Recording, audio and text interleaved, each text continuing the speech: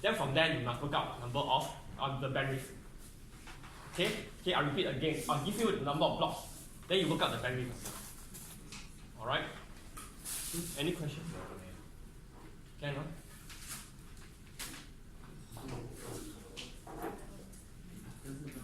Okay, so this is the bandwidth, 2 blocks. Interference margin will be given. Okay, with these two, I can get this J.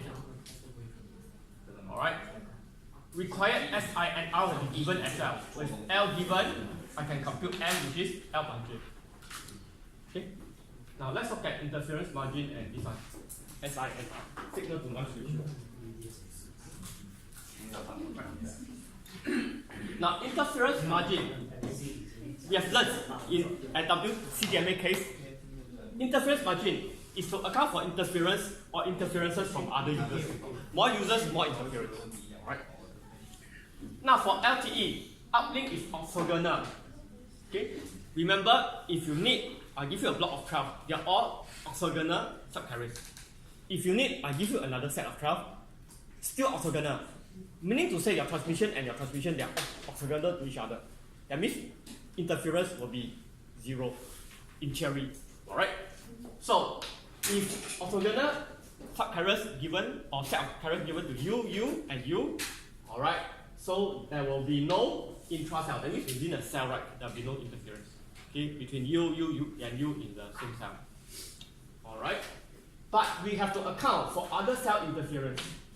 Okay? That means to say, yes, on the base station, I can maintain orthogonality with respect to of you. Okay? Orthogonal. But the other cell, right, cannot assume to be orthogonal. Because the other cell, they assign their own set. May or may not be orthogonal to yours.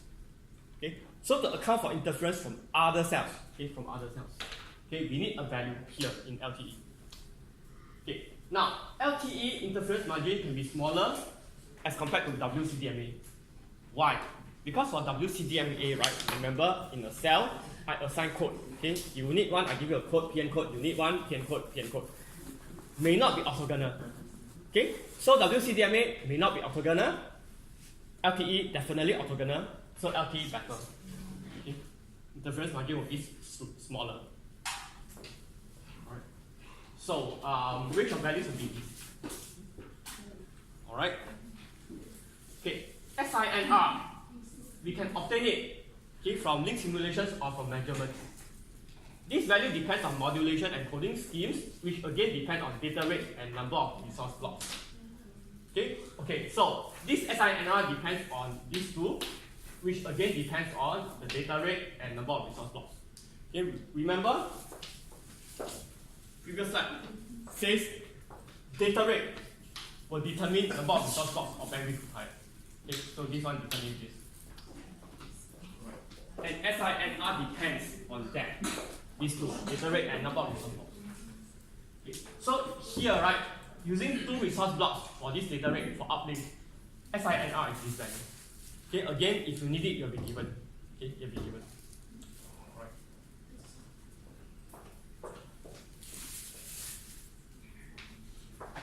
Okay, so we are done with receiver sensitivity.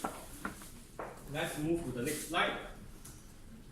Okay, antenna gain. Antenna gain at base station.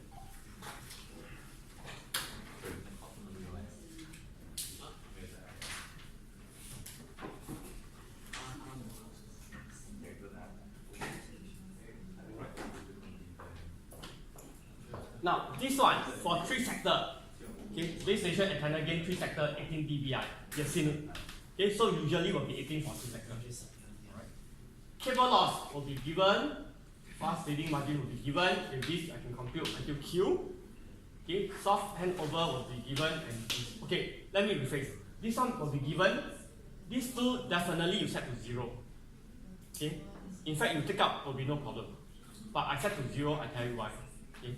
Okay, so let's talk about the 3 of them: cable loss, fast fading margin, soft handover gain.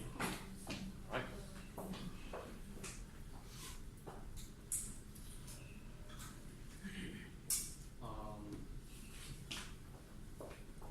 Let's start with base station antenna gain. Okay, so this one, you know, base station antenna gain depend on antenna size and number of sectors.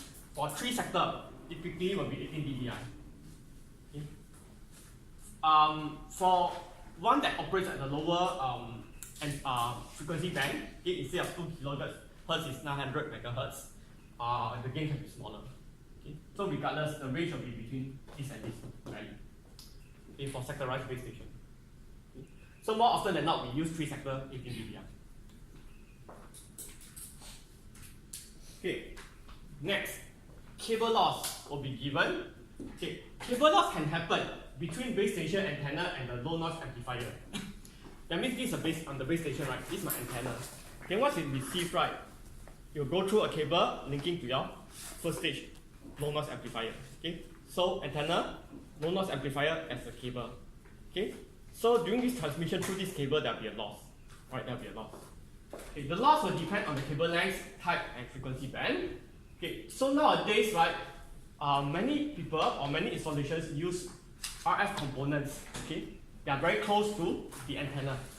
Okay, that means they try to put or link the low noise amplifier as close as possible to the antenna. Okay, so since the distance is very short, the loss will be very small. In fact, okay, nowadays mass head amplifiers has been used. That means this mass head amplifier is an amplifier that can be mounted as close as possible, as close as physically possible to the antenna. Therefore, the cable loss will be minimal. Alright. So the range of values will be between these values. Okay, fast fading margin. Okay, let's do a recap. For WCDMA, remember a moving vehicle, right? When it receives, okay, the transmission, okay, it will vary, okay, because it's moving, so it will fade. Alright. Now, for slow moving vehicle, if you move slow enough, we can use fast power control. The algorithm will do a calculation. Let's say when you move slow enough, you fade until this level, right? It can do a calculation and then compensate it back to the original level. Okay, compensate. If you are moving slow enough. If you are very fast, right?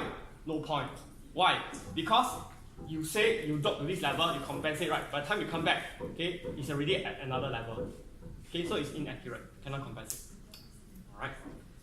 Now, this fast power control will not be used, okay, in LTE. Will not be used. Alright. So if it's not used, right, that's why you see it's 0. Alright. Or you can take up. Okay. But I put 0 to indicate to you that it's not used. Soft handover gain is also not used. Alright, it's not used, so 0. Okay, it is not possible for soft handover gain in LTE. Why? Okay, because for WCDMA, right, let's say I move from this cell to here. Okay, remember for WCDMA, we are using the same frequency band. Okay, so that means to say when I'm in the intersection, oh, anyway, the question, remind me to answer the question. I have to answer for the question. That the overlapping region. So let's say I'm here, I move, there's an overlapping region, right? For WCDMA, soft handover means if I'm moving in this intersection area, okay, I can be linked by 2 base stations. Okay? And then I can be doing a soft handover. Okay? That is handing over softly, smoothly from one to another. Okay? Soft handover, that means during this intersection point, there's connections to 2 base stations. It's possible because for WCDMA, we are using the same frequency band. Okay. However, for LTE, no. Because there's this set of subcarriers, right? The other one, they'll give you another set, different. Okay? So, can't do it. Right? Okay, any questions? Questions? Okay, yeah. Alright. Now, take note, log normal fading margin, in-car loss, in-building loss, they are assumed to be ignored. Okay? We are ignoring in this case. Okay?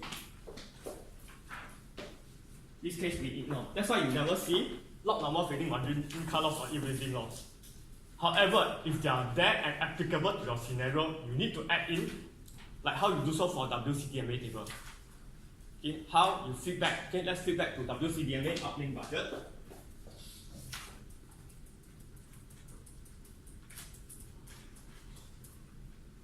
Okay, this is uplink budget table for WCDMA.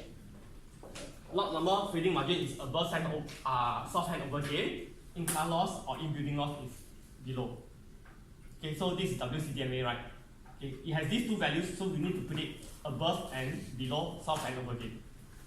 For LTE, okay, for LTE, if available and applicable to a scenario, you need to put it in as well, above and below your source and over gain. Okay, so these two, right? Go back to the LTE budget table again.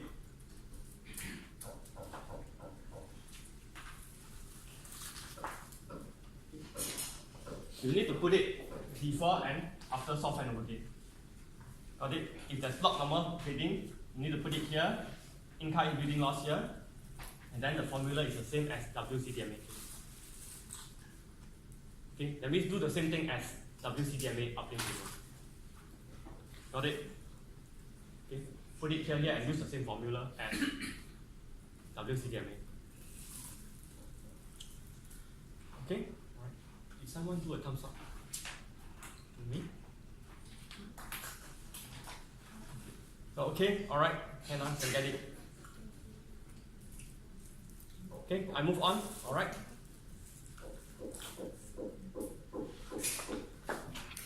So she's not doing it to me. Okay, I move on, okay, alright. Right, Dowling table.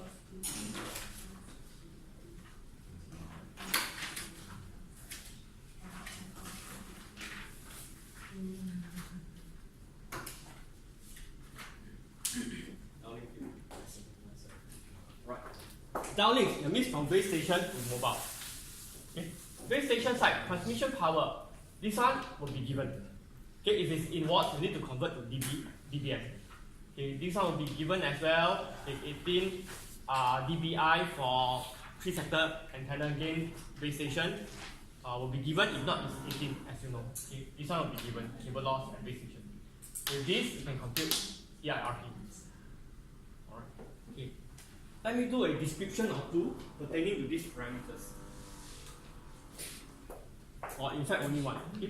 Base station transmission power. So typically within these values, okay, for in watts, in dBm will be used. Okay, for the 3 to 48. Okay.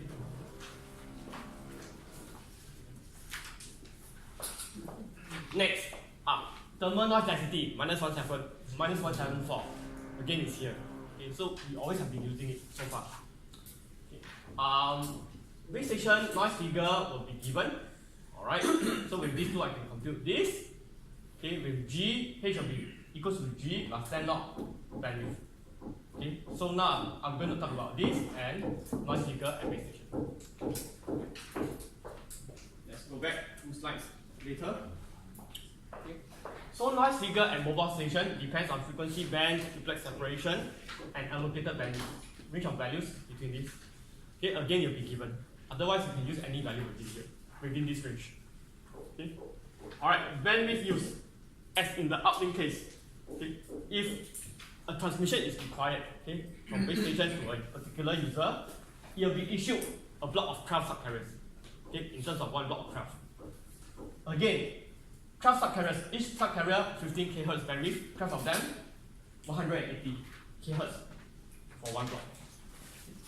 So it is assumed here that the downlink is 1 megabits per second. For this, you will need 50 resource blocks. 50. Okay. One resource block 180, 50 will be 50 times 180 kHz equals to 9 megahertz. Okay, so this is the bandwidth for downlink, 9 megahertz. Alright. Okay. Again, as usual, bandwidth, which determines the number of resource blocks required, in this case 50. These two will depend on data rate. Okay, this is higher, so higher bandwidth. Okay, again, for downlink, okay, you'll be given the number of resource blocks required. Okay, then you do your own calculation for bandwidth. Okay, got it? Okay, if you need it, I'll give you the number of resource blocks required, you compute the bandwidth yourself.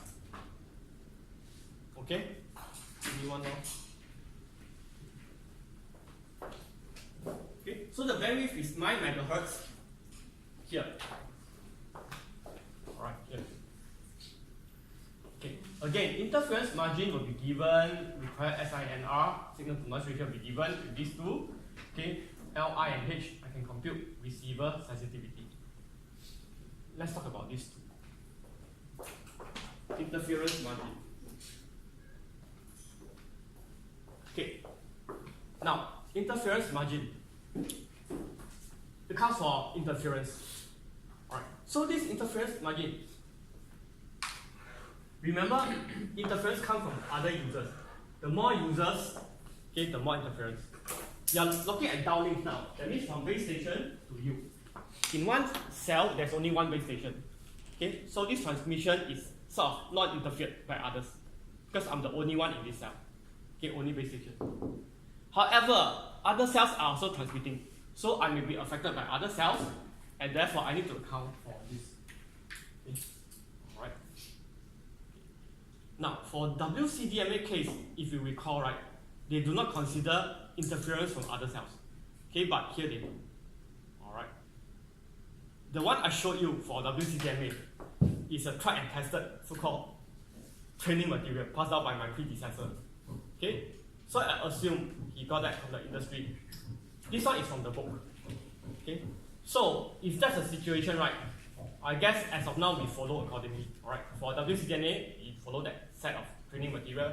This one from the book. Okay, so for that one, it never accounts for interference margin from other cells. This one it does. Alright, so we'll do this for the moment. Okay. When you step up to industry, if you're working for telco, they will advise you accordingly. Okay. Which one to account for. Alright. Okay. Alright. Regardless, will be given.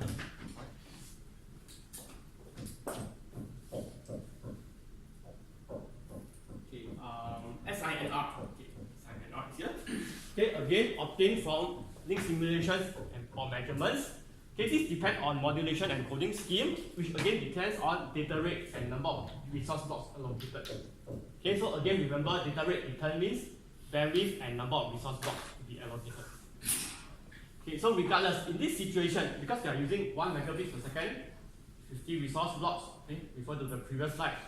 Okay, if that's the case, you will use this value SINR. Okay, again, you'll be given. Alright, you'll be given.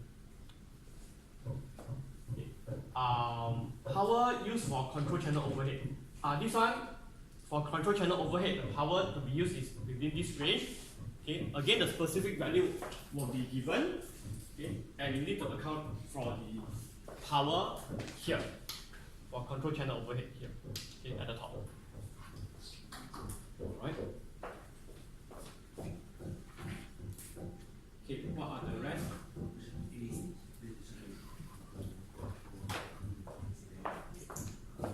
Next, any questions? Okay, so mobile antenna gain, body loss, okay, will be given. As you know, these two we set to 0. Okay, because for LTE there will be no soft handover, no fast control algorithm in play, so this one will be 0. Right? Then the rest you just go through this formula to calculate. Alright, again, log normal fading margin, in-cut loss, in-building loss, they are assumed to be ignored here. Alright, if you need it, you will insert it like how you do it for downlink budget table. Okay, downlink link budget table for WCDMA. Alright, meaning to say, again, feedback to WCDMA downlink.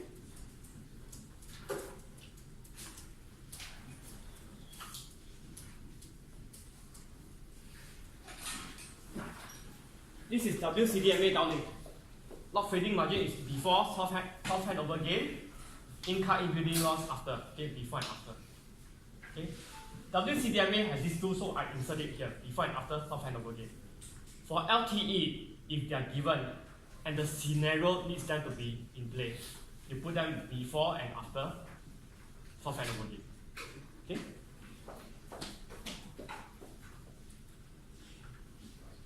So I go back to downlink budget table for LTE. Okay.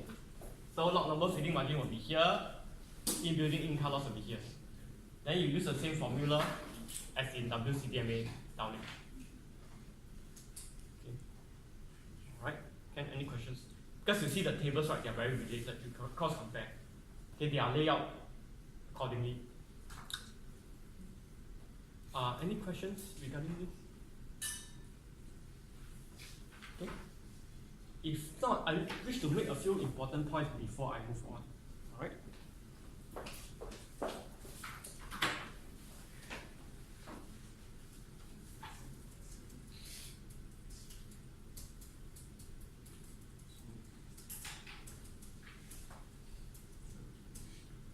Okay, slide 61. Okay. This formula, okay, it will link the cell radius and path loss. Correct? Path loss, cell radius. This one, okay, is in particular used for narrowband. Narrowband operating at 900 MHz. Okay, so if it's narrowband 900 MHz, or I just say narrowband, use this. Okay, narrowband, use this. Go to slide 70. Okay, WCDMA, wide band. Okay, so wide band and this frequency band, okay, we will use this. Okay, so this formula, the HO formula, I only give you these two. Okay, the one at 61 and this one, only two of them. So you look at situation, narrow band use that one, wide band use this one. Okay? Okay, next, reading this. Okay, this will relate bit error rate with EV over N0. Okay, so we always use the best case, unless otherwise stated. But we should be using the best case, PSK. Alright. So how to get EV over N0 given bit error rate? Let's say a bit error rate, right, is 1 times 10 to the power of minus 3. Okay, so 1 times 10 to the power of minus 3 will be here, right? Alright, here. Okay, this one. So I read off and get the respective EV over N0 in dB. Okay. Let's say if it's 3, not 1, it's 3. Okay, if it's 3, this is 1, right? If this is 1, 3 will be going down or up. Sorry, did someone say down? I heard up. Anyone say go down? Anyone say the stock will go down? It will go up, right? Very good. Because if this is 1, right, this will be 2 times 10 to the power minus 3, this one will be 3 times 10 to the power minus 3. I move upwards, right? 4, 5, 6, 7, 8, 9, 10. 10 times 10 to the power of minus 3 will be 10 to the power of minus 3. Okay?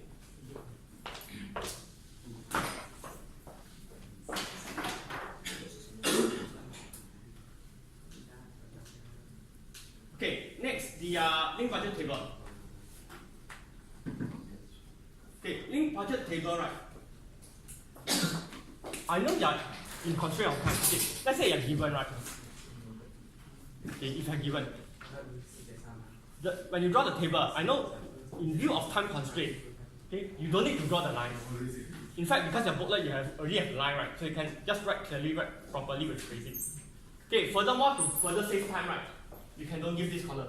You can just give A, B, C and the values. Okay, you can. But make sure you have clear separation. Okay, don't squeeze everything together. Alright. Because in view of time constraint, I can allow you to do this. Okay? However, if you do this right, in uplink, right, my A, I'll assume it to be mobile transmission power. If you don't put, I assume A to be this one. Okay? If your A, you set it to this value, right, it's wrong. I'll mark it wrong. Okay, so write down clearly. Okay, I help you save time, but you must write down clearly and presentable. Okay, understand what I'm saying? Okay, all understand? No? Link budget table, right? You can don't write this column. You can give these two columns. Okay? But if you give these two, right, your A, right, assume it to be mobile transmission power. Map it to mobile transmission power. You set A to be this value, it's wrong. Okay, got it? Huh? So we have the standard for uplink A is so you mobile assume transmission power. it's like that lah. Sorry? So you assume if I don't write, right? If I write A, it will be maximum mobile transmission. Correct. You can, your A in this uplink, right, is mobile transmission power. It's not base station transmission power. You put that, it's wrong. So the ABCDEFG is your standard already? It is the table standard, not my standard. Even by someone, not me. I get it for the standard training material. Okay. Alright. I believe it's from the practicing engineer. Okay. So, okay, Ken, any questions?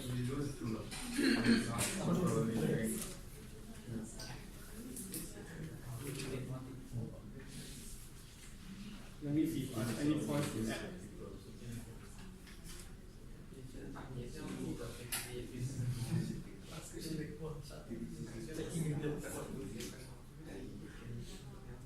Okay. Let's take a short 5 minutes break. Okay, 5 minutes. Let me toilet break and come back. Okay, I do a bit of setup, then we will do an activity. Or it will take some time. Okay. Final thing about this table, please practice on. Because it's very obvious in exam, I can see those who practice very fast. Those who do not know, don't practice, they are still figuring out what to do. Okay, so it's up to you. Whether you want to score or not. Okay, so 5 minutes. Toilet break, then come back. Okay, 5 minutes. 2:20.